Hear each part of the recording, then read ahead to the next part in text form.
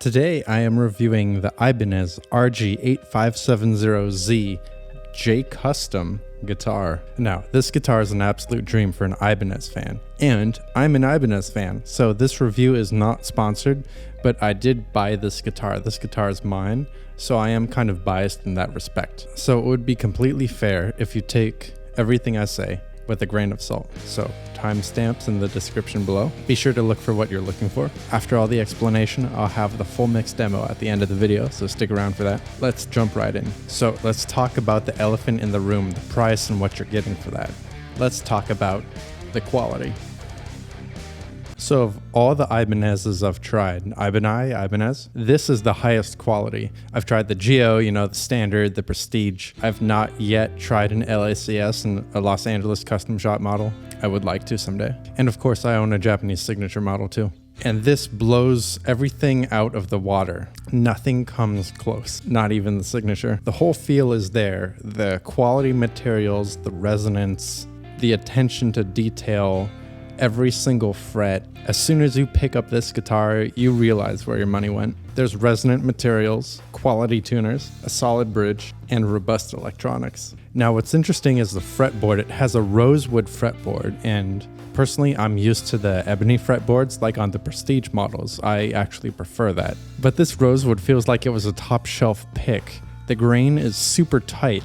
The rosewood is really resonant and it's super smooth. So it almost feels like ebony, like not quite. Like if you play it, it's definitely not ebony, but it feels really close. Personally, I prefer ebony over rosewood, but if I had to play just one guitar for the rest of my life and it had rosewood like this, I'd be okay with that. And speaking of comparing it to Prestiges, these frets are not stainless steel. They're the nickel silver. So I also prefer the feel of stainless steel frets. I like the smoothness. I like the lack of catching or any kind of friction when you're bending. These frets though feel like they're somehow higher quality. Now I'm not a metallurgy expert, but these frets do feel like they're stronger, more robust than the nickel silver frets on the base tier Prestige models. And I want to say they're more resilient than those frets.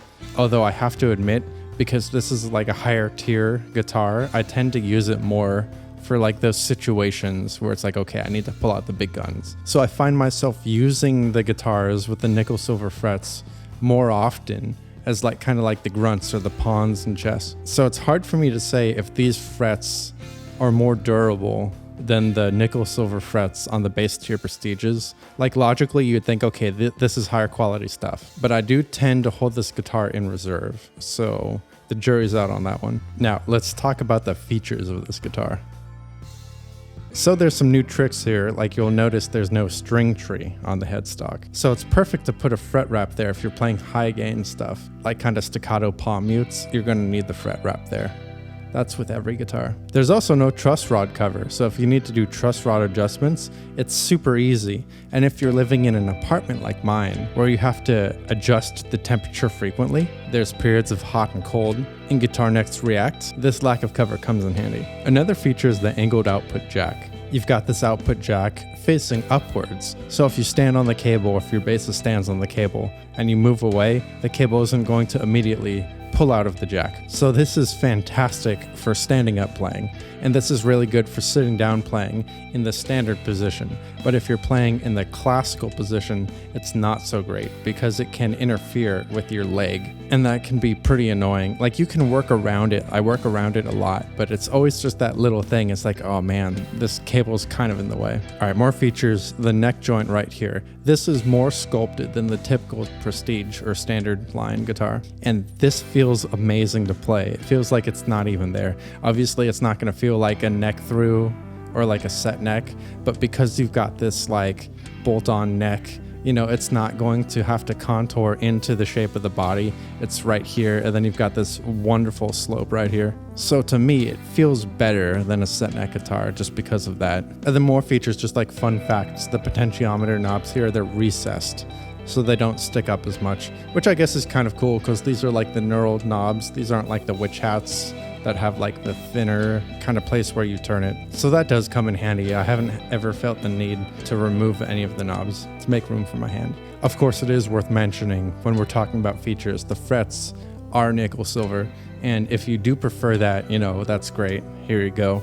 If you do prefer stainless steel, that is a little bit of a bummer. Even if these are higher quality nickel silver frets, it's still not quite the same feel. So it makes you wonder, do they have the tools to handle stainless steel?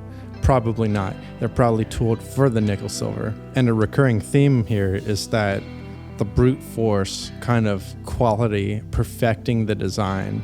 There's not really any room to innovate and include new features like stainless steel. And in terms of features in general, you'll notice across the j.custom line, sure, some of them have single coils, sometimes there's like 2 pickups or 3 pickups, but you're just getting that nickel silver frets, rosewood fretboard, mahogany body. It's pretty uniform across the board besides pickup configuration. So if you really like one pickup configuration, and you're considering experimenting with another, it wouldn't really make sense to get another j.custom. Like, get what you like, get your favorite one. And then for experimental stuff, you could just get a Prestige or even a standard line. To this day, I haven't felt the need to buy another j.custom because this one covers everything I need an Ibanez guitar to do. And then in terms of Prestige versus j.custom, there's no doubt in my mind that the j.custom here is oceans ahead in terms of quality, playability, feel than a Prestige. But for the price, it's more like kind of diminishing returns. Like if you buy 2 Prestiges instead of 1 j.custom, you're going to be able to cover more ground. And it's true, the j.custom is better, but it's almost like not better enough to justify it unless you really like Ibanez or really like what this guitar is about. So Prestige guitars are basically a more better value. All right, so now let's talk about feel. This is the perfect RG guitar. It's the vision realized. It has that flawless neck joint, it has the smoothest and easiest playing, it has the best sustain, and it's the most reliable. The high quality woods and materials feel amazing to play and will bring out the most creativity in you. Even if you don't prefer like the rosewood fretboard, the mahogany body, etc., the maple kind of flame top, because they've perfected their process and their design and their build quality so much, it kind of brute forces past any reservations you have. It brute forces past any like preferences you have. Like if you prefer ebony over rosewood, this guitar is just so good. You leave that behind when you're playing this. It feels like it's in a whole other league. From when you pick it up to when you play your first few notes to when you've made your first song, your second song, your 7th song, your 20th song, you get a really good taste for what this can give you. So even picking up this guitar immediately shows you where your money went. That's almost a downside, because then if you switch to a different quote-unquote lower tier guitar, which I say in quotes because there's many fantastic guitars at like the $1,000 price point, $2,000, $1,500, $800 price point. There's many amazing guitars that you could pick up, make awesome music with, perform live on, all that kind of stuff. Those guitars just don't feel as solid or as well put together as this one. So if you find yourself switching between guitars often, it's almost kind of annoying playing this one and then going to a different guitar and you're like, oh man, this guitar that I liked before just doesn't feel as good in this immediate context. Overall, it feels like this is the mastered like one punch, like a martial artist practiced one maneuver for 10 years. And they can only do that, but they do it so well, it just blows everyone else away. That's this right here. So if you're looking to play like technical or difficult guitar parts, this will help you do that, and it will help you do it almost perfectly. It's a very flattering guitar. Other than that, I guess I could talk about like the mahogany body. You know, mahogany has a reputation for being pretty heavy, and it's not like a light guitar, but it's nowhere near as heavy as a Les Paul would be. So if you're worried about that, like kind of don't worry. The neck is very thin. This is one of the thinnest wizard necks I've ever felt. I only have one Ibanez guitar that has a neck that's either as thin as, if not thinner than. It's like a 2013 RG8570Z. They definitely don't make them like they used to, but this feels much better put together. But you have to want a really thin neck. Like if you like a thick neck or like even a medium C, this is gonna feel kind of strange. You're gonna want a thin neck, like whether you're playing like thumb up here or like thumb behind. It feels pretty good thumb behind, but it does feel thin. So if that fatigues your hand, you might want to look at a different guitar. Also in terms of feel, the glossy body and the natural kind of satin neck feel very fast, very smooth, and top of the line. I have to say too that the RG body feels kind of like the perfect compromise between like kind of more blocky and more comfortable. It's ergonomic enough. You know, you've got this forearm cut, you've got the belly cut, and yet it still has like the blocky edges. So it's like reminiscent of a telly, but it doesn't feel like a telly at all. When you're playing standing up, you know, your forearm pushes against it just enough so you can see what's on the fretboard, but not too much that it's uncomfortable. It's a pretty comfortable guitar to play. And also in terms of the fretboard, you see it has the Tree of Life inlay. And at first it might look kind of crazy, but if you notice the leaves are actually the fret markers, you can't unsee it, and it becomes the easiest fretboard to see. Also in terms of feel, you'll see it has the natural wood kind of binding, and this is the perfect compromise between a bound fretboard and like a natural wooden fretboard. So you've got the bound look, but you've got the wooden feel, so it feels very nice to play. Also, let's talk about the bridge, how the bridge feels. Now it is the Edge 0, so it's not quite like a Floyd or like an Edge, Ibanez Edge, or like a Low Pro. It's not quite like that. You'll notice the saddles angle up kind of a little, so it does kind of help with resting against your hand when you're palm muting. It does feel different than those other mentioned bridges, but you get used to it fairly quickly. About like 10 or 11 years ago, when I was like actively touring and playing live gigs, I did play like on an Ibanez S, and it had the 0 bridge system, so I am used to this feel. But today I usually play like the Low Pro bridges, the Edge bridges, the Floyd kind of bridges. And I can say it's really easy and basically seamless switching between the bridge systems. Like I don't really have to worry about the bridge feel whatsoever. I have more adjustment switching between a regular kind of bridge and a multi-scale bridge than I do between a Floyd Rose and an Edge 0. All right, let's talk about the sound.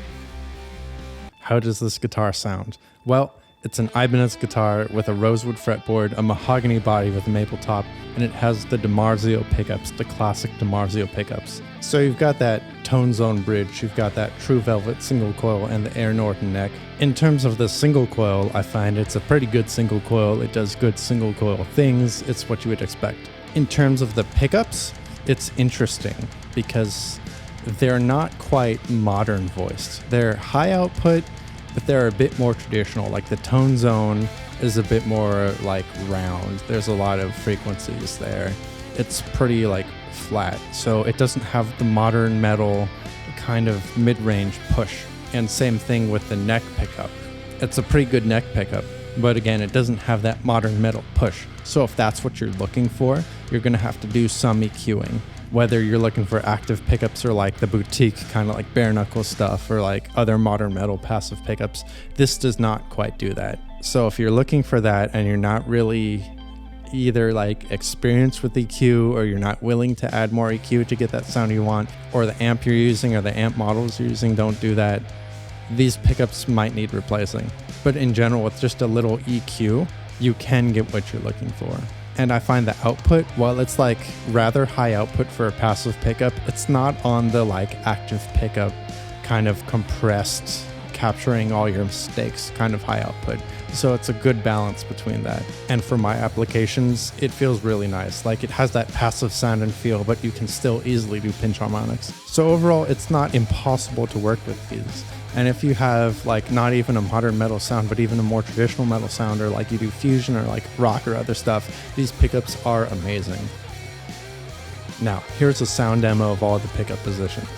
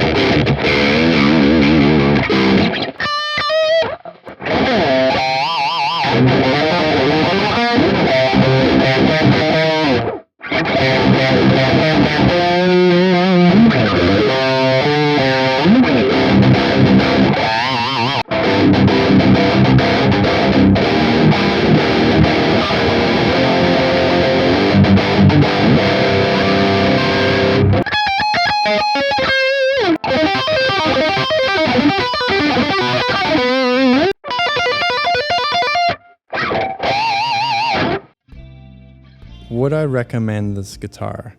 Now, obviously, if you're an Ibanez fan and you're all about Ibanez, yes, you want this guitar. If you want the ultimate like metal machine, especially a more modern thing, maybe this guitar isn't going to be worth it. It's not going to quite do it for you. Now let me dive into this. So if you want like the zenith of Ibanez and all the cliche kind of Ibanez stuff, you know, you're thinking the guitar virtuosos, big soaring guitar solos with the mega leads, you know, that full thick solo tone, switching between pickups for various parts, you know, you got your 5-way switch, then this guitar is going to do that, and nothing else is going to do that better than this. If you like more modern stuff, maybe slightly more versatile stuff, then you might want a more modern guitar, like a more modern Prestige, maybe like an ESP E2 kind of thing. You'll probably want like a different kind of guitar, like a different Prestige of some kind. Like there's the AZ, there's other Prestiges, there's Prestiges with HSS configurations,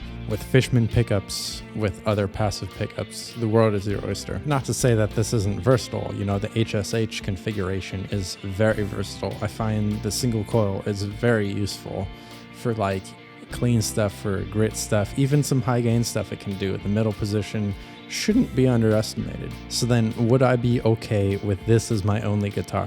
Well, I do typically play like some clean stuff, some high gain stuff, some grit stuff, all kinds of stuff, some metal stuff, video game music covers, clean, just random background music things. And honestly, I can say, yes, I could make this work. This guitar plays so well, and it's so flattering and so much fun to play, and it feels so quality that even if it's like only 90 or 95% there for what I'm looking for, like if it's not tonally modern, I would say that's okay, because at this point in my music career, I know enough about EQ, I know enough about switching amp models or different amps, microphones, stuff like that, that I could make this work for anything when it comes to like metalcore, some kind of more modern stuff, some more classic stuff, clean stuff, whatever I feel like, rock stuff.